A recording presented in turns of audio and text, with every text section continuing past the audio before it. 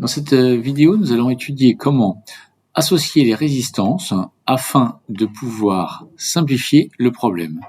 Nous allons chercher les résistances équivalentes. Alors nous partons sur deux cas classiques. Le premier cas où R1 et R2 sont en série puisqu'il n'y a entre les deux aucun nœud, c'est-à-dire que toute l'intensité qui traverse R1 va traverser également R2. Eh bien, ces deux résistances sont équivalentes à une seule, en réalité, qu'on va appeler R-EQ ou R équivalent.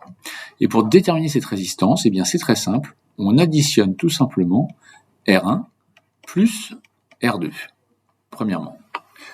Si maintenant, ces deux résistances sont en dérivation, on dit aussi en parallèle, eh bien là, c'est un petit peu différent. Ces deux résistances R1 et R2 sont en parallèle puisque leurs deux pôles de ce côté-ci sont directement reliés à un nœud et de même les deux autres pôles sont eux aussi reliés à un deuxième nœud. De la même manière, ces deux résistances sont équivalentes à une seule, qu'on appellera la résistance équivalente également. Par contre, la technique est un petit peu différente. Ici, ce sont les inverses qu'on va additionner. 1 sur R-EQ égale à 1 sur R1 plus 1 sur R2. Je peux mettre tout ça au même dénominateur, ce qui va nous faire R1 plus R2, le tout sur R1, R2, et je vais pouvoir ensuite inverser ceci pour dire que R-EQ égale à R1, R2 sur R1 plus R2. Donc ça, ce sont les deux relations que nous avons trouvées. Si elles sont en série, il n'y a qu'à additionner ces deux résistances. Si elles sont en dérivation, eh bien, je n'ai qu'à appliquer cette formule qui passe par la relation des inverses. Par contre, attention, si il y a plus que deux résistances, on peut généraliser. La résistance équivalente, dans ce cas, si elles sont en série, c'est tout simplement la somme de toutes les résistances. En revanche, si elles sont en dérivation, je ne peux absolument pas appliquer cette formule qui n'est valable que pour le cas où il y a deux résistances. Dans ces cas-là, je suis obligé de passer par la somme des inverses et une fois que j'aurai tout additionné, à ce moment-là seulement, inverser la relation. Dans cette première application, nous allons maintenant déterminer la résistance équivalente à cet ensemble de trois résistances. Je regarde et avant de me jeter sur les calculs, je fais une petite analyse. Je m'aperçois que R1 et R2 sont en série et ensuite seulement R3 est en parallèle avec l'ensemble. Je suis obligé de commencer par R1, R2, je ne peux pas faire autrement. Je vais donc chercher cette résistance équivalente que je vais appeler R-EQ. Je m'aperçois que R1 et R2 sont en série. Il y a donc simplement à les additionner. R1 plus R2. Dans ces cas-là, ça fera 150 plus 50 ohms, soit une résistance équivalente totale de 200 ohms. Je peux ensuite réaliser un premier schéma équivalent et je remplace R1 et R2 par cette première résistance équivalente que j'ai trouvée de 200 ohms. Je redessine bien sûr R3 qui est en parallèle avec R-EQ et qui fait alors toujours 300 ohms.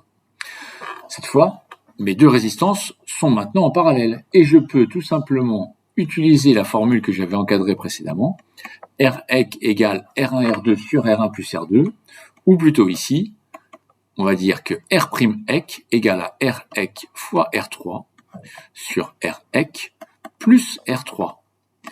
R-EQ 200, R3 300 sur 200 plus 300, ce qui va nous faire 600 sur 5, soit 120 ohms, tout calcul fait. Eh bien, je peux dire que cet ensemble de trois résistances est finalement équivalent à une seule résistance que j'appellerai R'-EQ et qui fait 120 ohms. Nous allons maintenant regarder une deuxième application un peu plus complexe dans laquelle un générateur de 10 volts est branché sur un ensemble de trois résistances, R1, R2 et R3. L'énoncé pourrait être déterminer tout d'abord la résistance équivalente à l'ensemble de ces trois résistances, puis en déduire l'intensité délivrée par le générateur. Alors, que faut-il faire ? Eh bien, je constate tout d'abord que je suis obligé de commencer par l'ensemble R2, R3 qui est en parallèle. En effet, je serais tenté de dire que R1 et R2 sont en série, ou R1 et R3. En réalité, il n'en est rien. R1 et R2 ne sont pas en série, puisque entre les deux, il y a un nœud par lequel le courant pourra passer à travers R3. Je suis donc obligé de commencer par R2 et R3.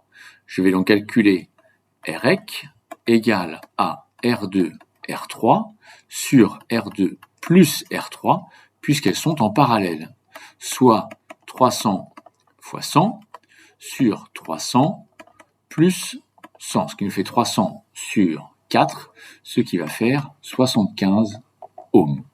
Je peux donc redessiner le circuit équivalent à ceci. J'ai toujours mon générateur E, j'ai maintenant une résistance R1 qui fait toujours 125 ohms, et j'ai ici ma résistance équivalente que je viens de calculer et qui fait 75 ohms, équivalente aux deux premières. Grâce à ce schéma intermédiaire, je m'aperçois que maintenant, R1 est en série directement avec Rec.